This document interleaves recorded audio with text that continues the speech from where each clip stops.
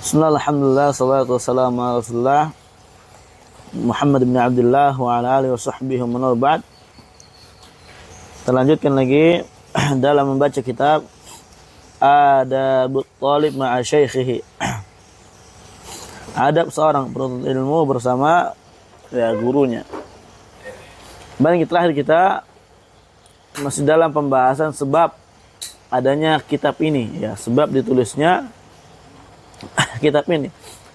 Kemarin kita terakhir, di sebab yang ketiga adalah dikarenakan ada sebagian dari penuntut ilmu yang mereka ngomongin syekhnya, ngomongin gurunya, mencela gurunya, memaki gurunya. Dia tidak bersyukur sama gurunya. Ini kita dapat ini dimanapun itu ada pasti.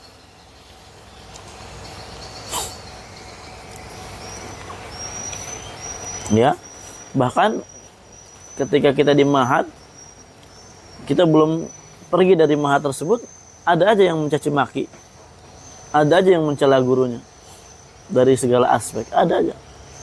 Ini diantara tanda awal murid itu tidak memiliki ilmu yang berkah. Diantara tanda awal seorang murid tidak punya keberkahan ilmu. Kenapa kita katakan tidak ada keberkahan ilmu? Karena mungkin aja dia punya ilmu. Mungkin dia dapat ilmu. Mungkin dia alim, bisa baca kitab. Tapi tidak bisa mengamalkan ilmunya. Atau ilmunya nggak diterima di masyarakat. Atau tidak ada yang mau belajar sama dia. Wah, ini bisa terjadi Selanjutkan lagi. Wa imma, itu anna hadha talib. Fadal baca. Beruli.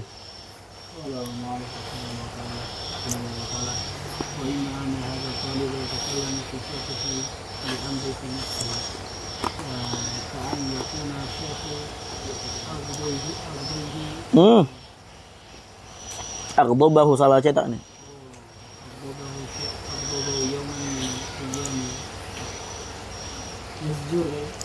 Yazjaru atau yuzjiru.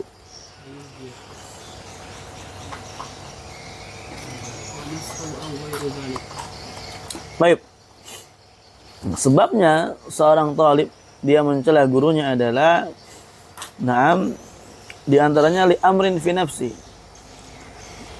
Dikarenakan ada urusan pribadi. Ada urusan pribadi dia bersama syekh tersebut. Misalkan dia seperti syekhnya membuat dia marah.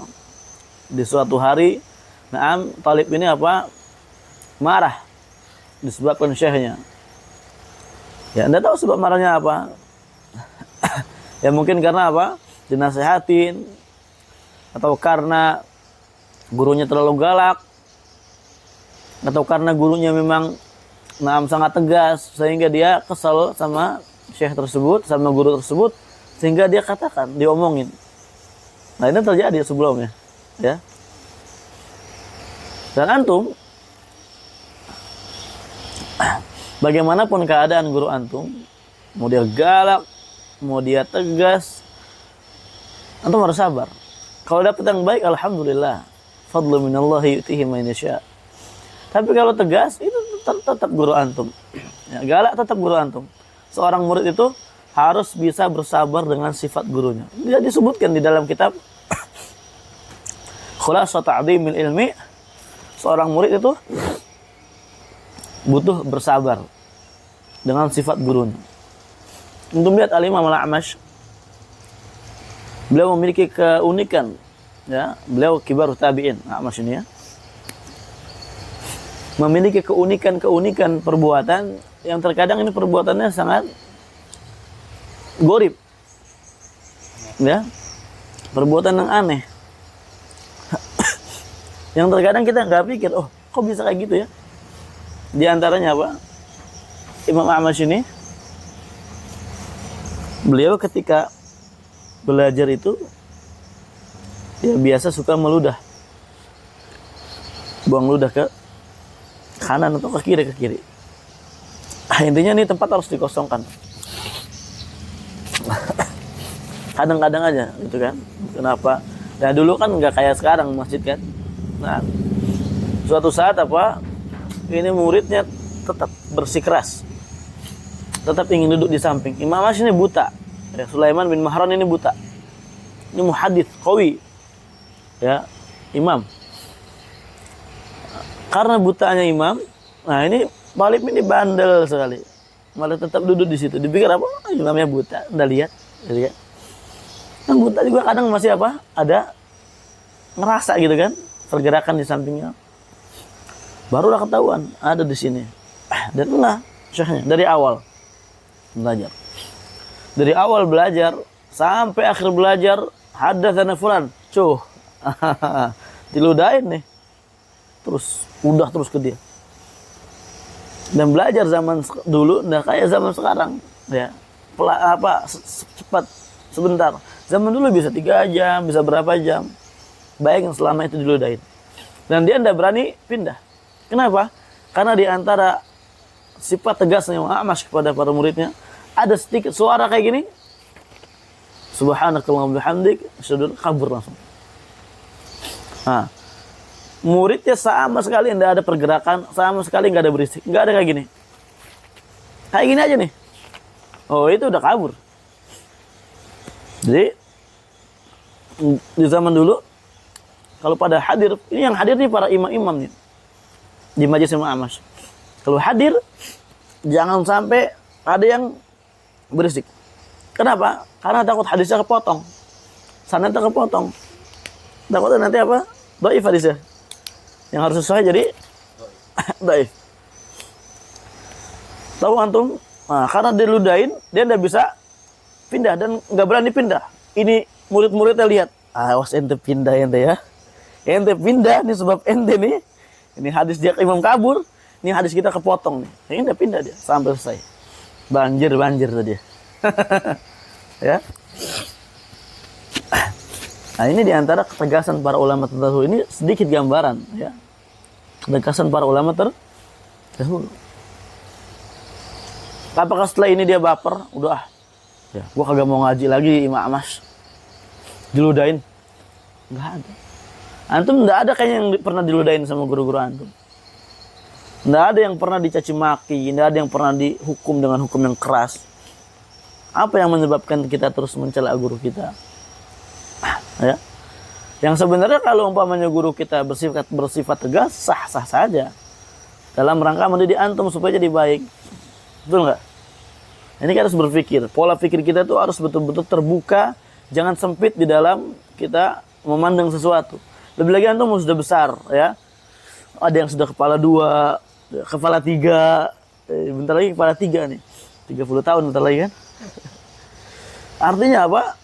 Kita harus bisa betul-betul memandang dengan jernih, memandang dari segala aspek. Harus konferensif, ya. Di dalamnya itu harus konferensif kita. Tidak boleh kita, ya, beberapa aspek kita dapatkan dari guru kita ini segala langsung kita klaim, tidak boleh. Anda tahu konferensif kan? Ya, harus kita kumpulkan dulu segalanya, baru jelas tahdir, baru tahdir. Kalau memang jelas, kalau enggak apa sebabnya? Kita omongin guru kita. Ini kayak gitu kan? Ini agama kita mengajari kayak gini, ya. Adab, akhlak. Makanya kata Syekh Albani apa? Kam min salafiyin, kam min rajulin salafiyin fil aqidah, wa laysa bi salafiyin fil manhaj. Fil akhlak, afwan. Berapa banyak orang dia salafi dalam akidah, tapi dia tidak salafi di dalam akhlaknya. Kata gitu. Sebagian talib demikian. Ini umum.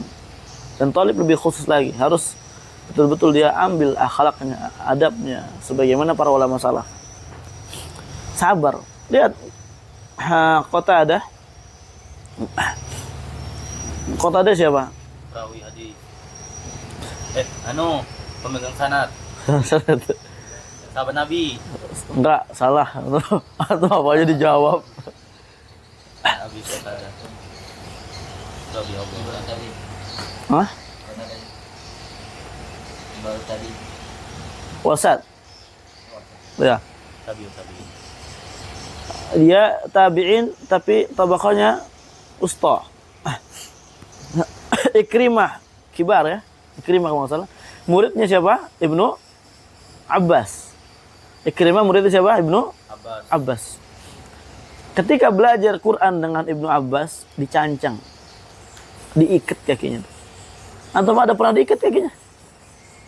Nggak ada. Jalan-jalan aja naik motor sana. Nggak ada izin sama ustaz segala macam.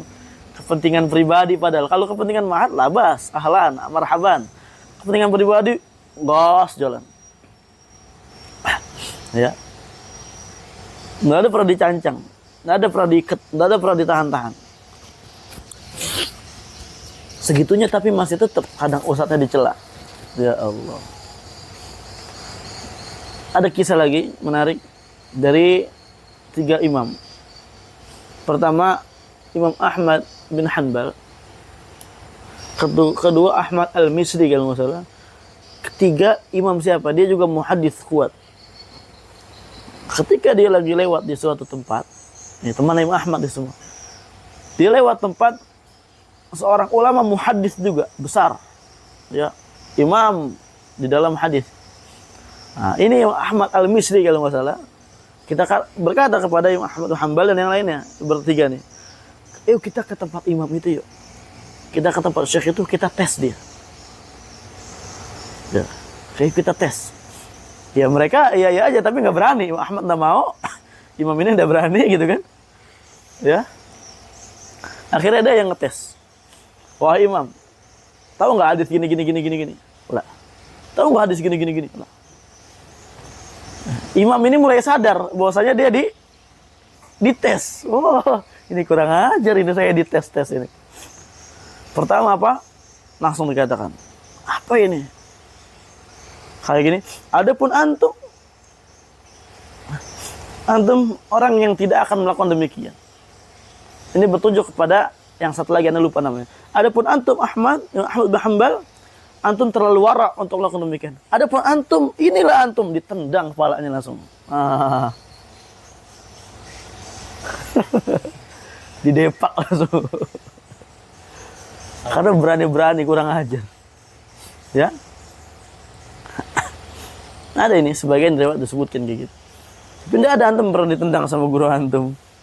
Segitunya apa masih dicimak, dicela.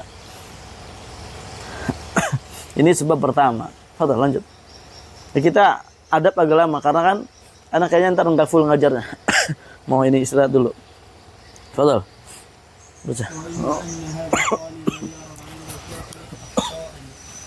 يتكلم في شيخه ويسهر به ويظن أن هذا من باب نصيحته وليس هذا طريق بسبيله. Baik. Atau diantaranya apa? Ya bisa seorang talib ini melihat syekhnya itu memiliki banyak kesalahan, akhta, ya, kesalahan-kesalahan yang banyak dalam perkara A, perkara B, perkara C. Wah ini salah nih syekh kita, nih ustadz kita keliru nih, gitu lah. Kemudian fayatakallamu fi syekhihi, dia langsung mulai apa? Membicarakan gurunya. Wa yushiru bihi, dia tenarkan bagaimana syekhnya itu kesalahannya. Dan dia nyangka di atas kejahilan dia, ya, wa yadhunnu, nyangka, dhon. Ini menggunakan bahasa dhon, menunjukkan penghinaan bagi dia. Ya, di dalam menghukumi orang tidak boleh pakai dhon. Harus yakin kita. Ya, harus yakin dulu. Wa yadhunnu, dia nyangka, ya, dengan kejahilan talib ini, ana hadza bahwasanya ini termasuk dari bab nasihat. Dan cara ini kata Syekh, ya, Ayyut hafizahullah, wa laysa hadha tariqu bisadidin. Ini cara bukan yang bagus. Ini bukan cara yang lurus. Sadid lurus bagus, bukan. Pertama, bagaimana kalau kita ngelihat guru kita salah? Banyak caranya, ikhwan. Lihat dulu. Mungkin dia punya dalil yang lain. Ya, paham dong. Kita lihat ini, ini pokoknya benar nih. Ini dia salah, yang benar saya. Ini syekhnya keliru. Belum tentu. Siapa tahu punya dalil yang lain. Tanya dulu, tabayun dulu dengan adab. Kata Syekh Utsaimin ketika mensyarah kitab apa namanya? Al-Arba'in tentang apa namanya? Ad-dinu an-nasihah. Ketika beliau mensyarah sampai kitab apa namanya? Kalimat wa aimmatihim, ya. Dan untuk imam-imam mereka, nasihat agama ini nasihat untuk imam mereka. Maksudnya di antaranya apa? Ketika guru kita salah, kita nasihati, tapi jangan kita langsung nasihati dulu. Kita tanya dulu. Dengan pertanyaan, kita tegur dulu, tapi tegurnya dengan bentuk pertanyaan. Syekh atau Ustadz, pakai pertanyaan, pakai tulisan atau langsung gini. Apa hukumnya gini. Atau tanya, Ustadz, saya lihat Ustadz gini. Apakah ini ada dalil yang lain? Walaupun dalam perkara yang jelas. Ini menunjukkan apa? Para ulama semua sepakat tentang cara menasihati guru bukan kayak gitu. Atau aja bagaimana kalau tidak sesuai dengan sepakat, tanya terus. Bukan setelah di majlis dia sok sepakat, ketika luar majlis apa? Ya takalam fi syekhihi, dia omongin syekh. Ini tidak bagus kayak gini. Ya. Ini jahil ya kayak gini. Lanjut. Apa? Lanjut sebelumnya. Ayo.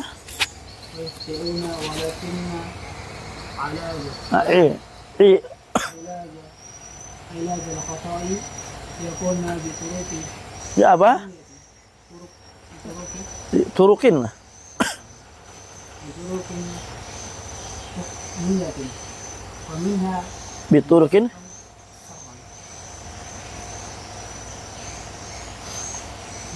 اسمع صوت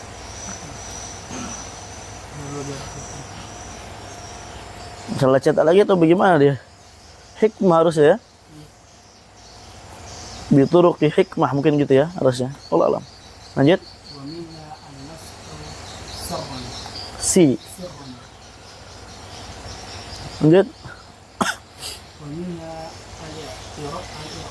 الاعتذار عن الشيخ ومنها Salah itu. Husnu. Salah cetak. حسن العبارة كما قال ابن القيم رحمه الله تعالى وهو يبين الخطأ لأبي إسماعيل الهروي شيخ الإسلام حبيب إلينا والحق أحب إلينا منه. Nah, masyayikh dikatakan di sini al-masyayikh ya, para guru-guru kita itu ayusibuna wa yukhtiun. Mereka bisa benar dan mereka bisa salah. Karena mereka apa? Manusia. Mereka manusia. Bukan malah kalau antum ingin mencari guru yang enggak bisa salah, bergurulah dengan malaikat Jibril. Paham antum? Antum diem di goa sampai turun tuh malaikat. Setan paling yang turun. Ya. Artinya, wa'anakumullah, sebagaimana antum punya kesalahan, guru antum juga punya kesalahan. Mereka bisa salah, bisa benar. Ini menggunakan yukhtiuna, ya. Yukhtiuna apa? Kadang kesalahannya nggak sengaja. Kadang mereka salah di dalam membaca kitab, jadinya salah pemahaman. Kadang juga apa? Di dalam istidlal. Maka kita harus memaklumi. Walakin akan tetapi ilajal khata. Cara mengobati kesalahan itu adalah bituruki hikmiyah atau hikmah, dengan cara yang hikmah. Jadi barakallahu fikum, ketika antum lihat guru antum atau lihat ana lah salah, tegur ana enggak apa-apa. Ya. Apalagi ana kan sama antum kan kita umurnya jauh beda nih. Santai aja kalau ana. Ini di dalam praktek juga, nanti antum praktekkan kepada guru-guru antum. Ketika antum nanti umpamanya insyaallah kalau bisa kiaman kan para masyayikh, antum praktekkan adab kayak gini di sana. Masya Allah. Ya.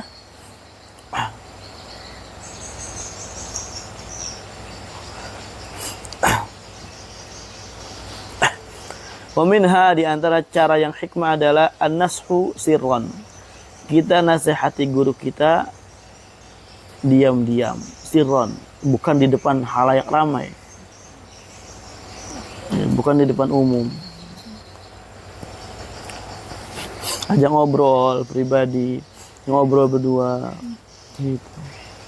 Wa minha, di antara juga Pak li'tidhar an syekh. Dia memberi udzur untuk syekhnya. Ya? Dia beri udzur, oh mungkin kayak gini, oh mungkin kayak gini. Kalau sesama muslim aja salah, kita harus beri udzur. Bahkan sebagaimana mengatakan apa? Kalau nggak dapat, cari sampai 70 udzur. Kalau nggak dapat lagi, cari lagi sampai dapat udzur untuk kesalahan seorang muslim itu. Ini seorang muslim. Hak sesama muslim. Dan ini guru antum. Dia muslim dan dia guru antum. Haknya berarti lebih tinggi lagi. Ah, itu. Peminha, di antaranya husnul ibarah.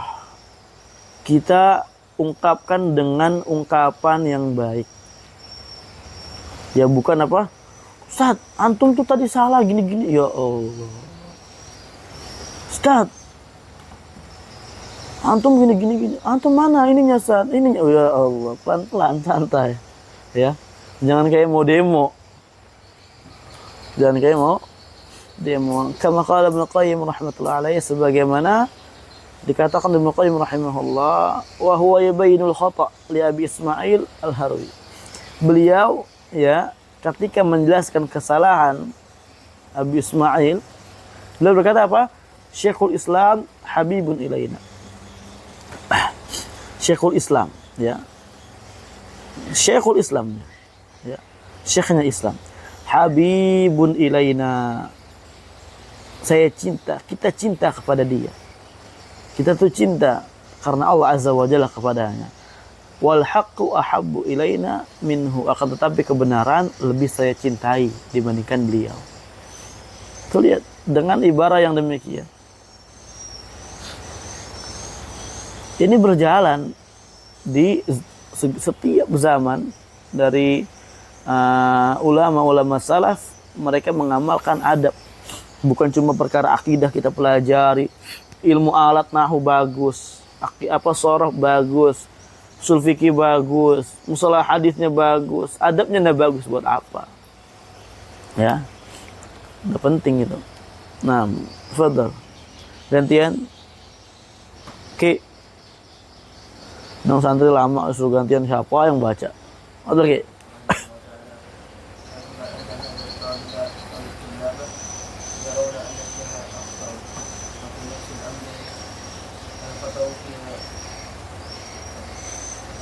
Ru'yihim. Iya. Harusnya ru'yihim ya.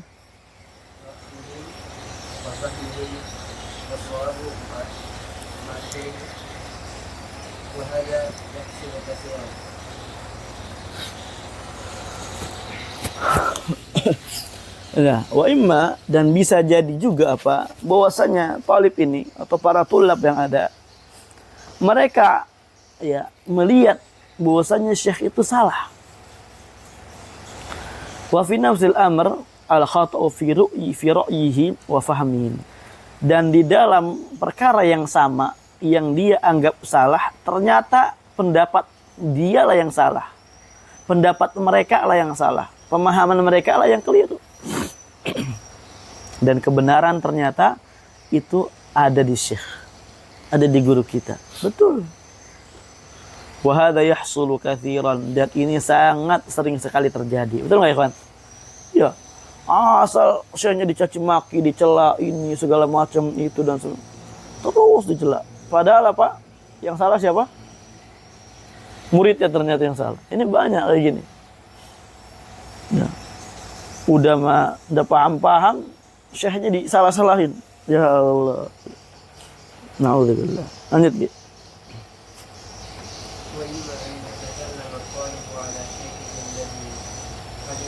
Allamahu.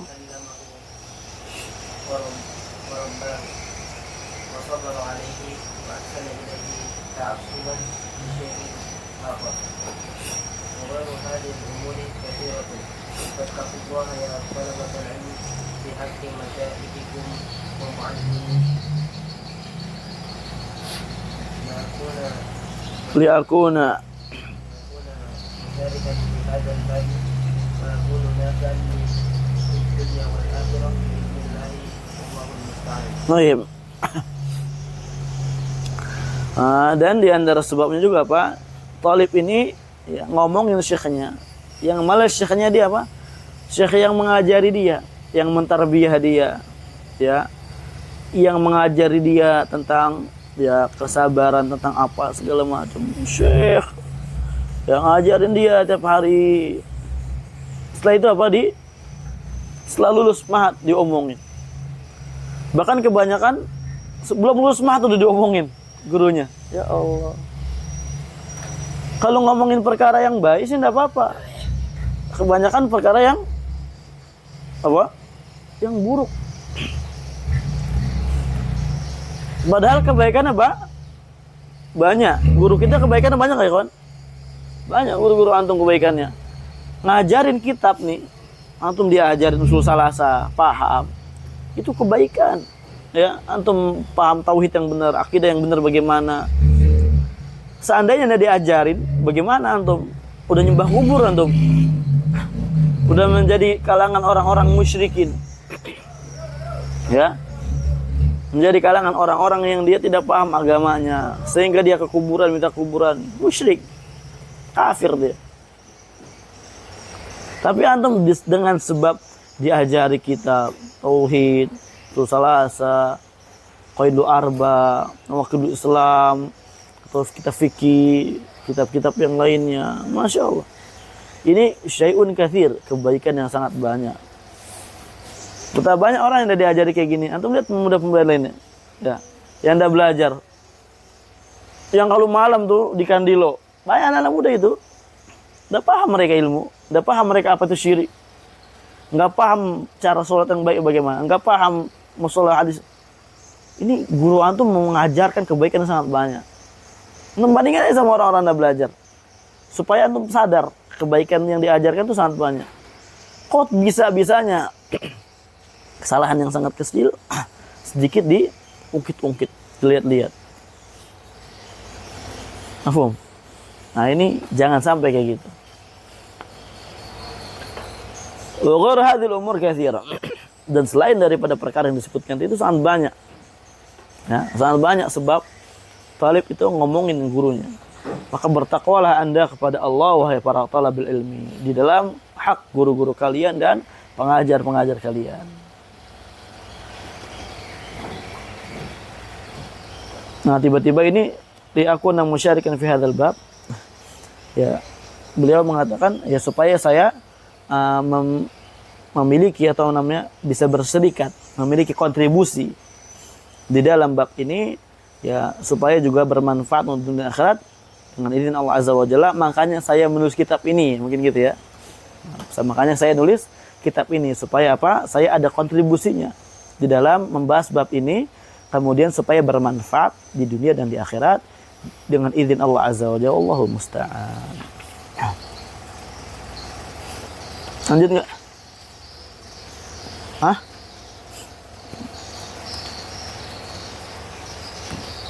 Lanjut ya? Ini kan dan apa-ngapain kan? Yang baru ini jadwalnya udah jadi, cuma lagi mau di ini aja. Yang bikin merepotkan tuh maghrib aja, maghrib, karena ustadz-ustadz dari Al-Furqan menyesuaikan, nggak bisa. Anda juga maghrib ada jadwal sebenarnya Jumat sama Ahad, karena 3 jam kan Anda Jumat Ahad tuh. Jumat sejam setengah di Banat, sejam setengah di Antum. Pada maghrib setengah jam, pada Isya sejam. Tapi ada ustadz salam, itu yang bikin bingung, yang bikin bimbang. Demikian juga kalau Anda dijadwalkan di sini segera, tiba-tiba nanti dipanggil di masjid luar, ntar siapa yang isi di sini? Itu yang bikin dari kemarin kita bingung. Naam. Itu jadi belum pasti Anda dipanggil di luar ya di mana kan? Di Abu Bakar kah? Itu juga selang-seling ternyata, enggak sepekan sekali. Jadi tujuan tuh anak pengen juga di luar karena apa? Biar manfaat. Karena ya dakwah di sini tuh masih sempit sekali. Iya. Dan yayasan di sini cuma 2 ternyata. Di Depok nih, segede kayak gini. ratusan lebih ya San. Tapi mereka nyatu. Karena di sini memang masih sempit dakwah ini. Bertiga masjid kan? Oh di sana mah ya, ratusan lebih masjid ya. Di Depok itu. Nah, Fadal, baca yang lain.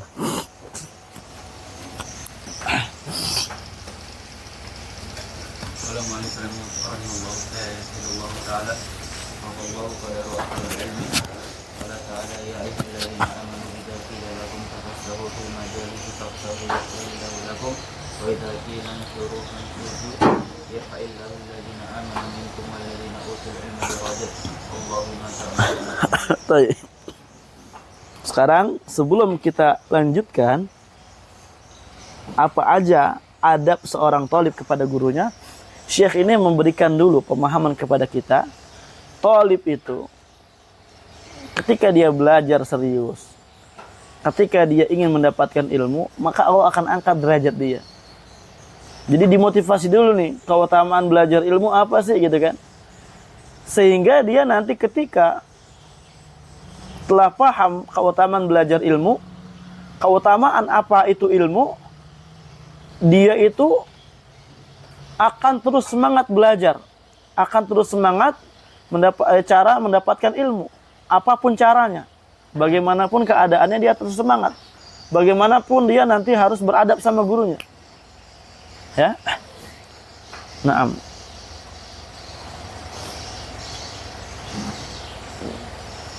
Antum masih tulis terus. Apa? Hah?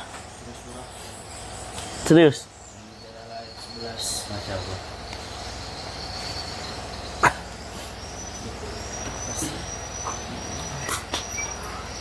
Ya. Karena kalau orang nggak tahu keutamaan ilmu, keutamaan ahli ilmu, dia itu akan kendor belajar ilmu, nggak semangat belajar ilmu. Keadaan, naam, sedikit daripada keujian yang diberikan sama Allah, dia ngeluh. Ya. Dia cepat kendornya, cepat putus asanya. Ya, apalagi di dalam apa? Contohnya apa? Masa anak sama guru harus kayak gini? Udahlah, anak malas belajar ilmu. Nggak ada kayak gitu kalau dia tahu nanti keutamaan ilmu. Para ulama zaman dulu, oh masya Allah, Imam A'mash, antum bayangin, yang anak katakan, anak ceritakan, miara anjing beliau. Dia miara anjing di depan rumahnya untuk jaga, supaya apa? Nggak ada thalib, nggak ada imam, nggak ada ulama yang datang ke situ untuk minta hadis. Tapi mereka sabar dengan sifatnya Imam A'mash. Ya, sampai tetap kadang-kadang apa?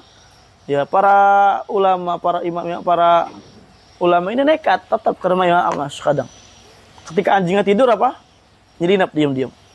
Ketika diketok anjingnya bangun. Ya, bahkan disebutkan dalam riwayat apa? Sampai ada yang naik pohon. Gara-gara dikejar-kejar anjingnya Imam A'mash.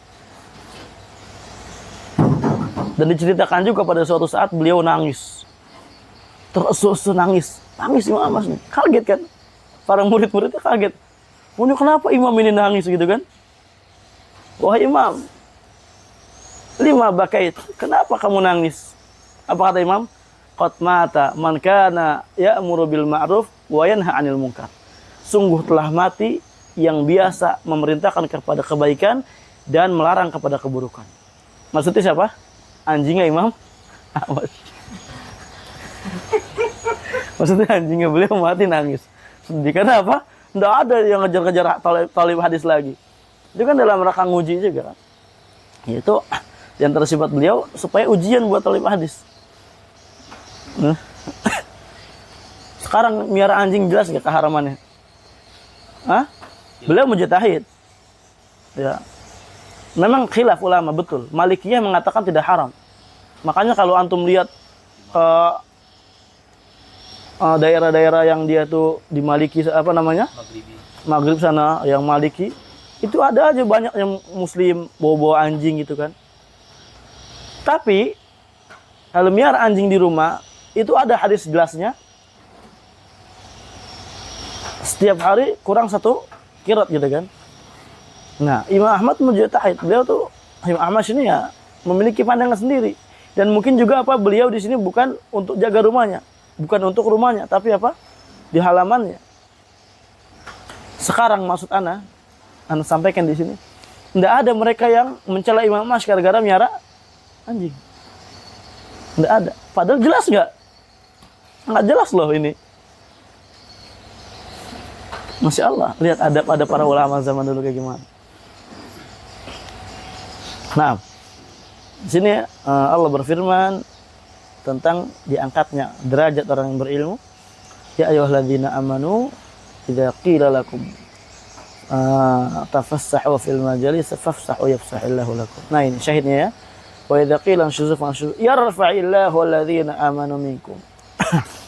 Allah akan mengangkat ya derajat ya, mengangkat orang-orang yang beriman dari kalian.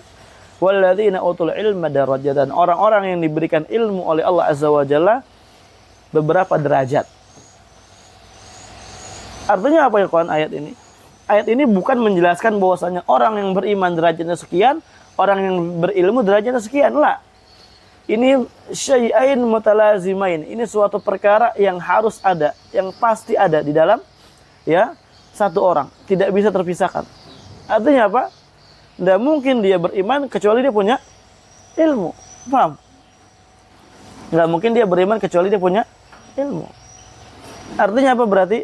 Semakin orang berilmu, semakin diamalkan ilmunya, semakin tinggi imannya dengan ilmu yang dia miliki, maka dia akan semakin tinggi derajatnya.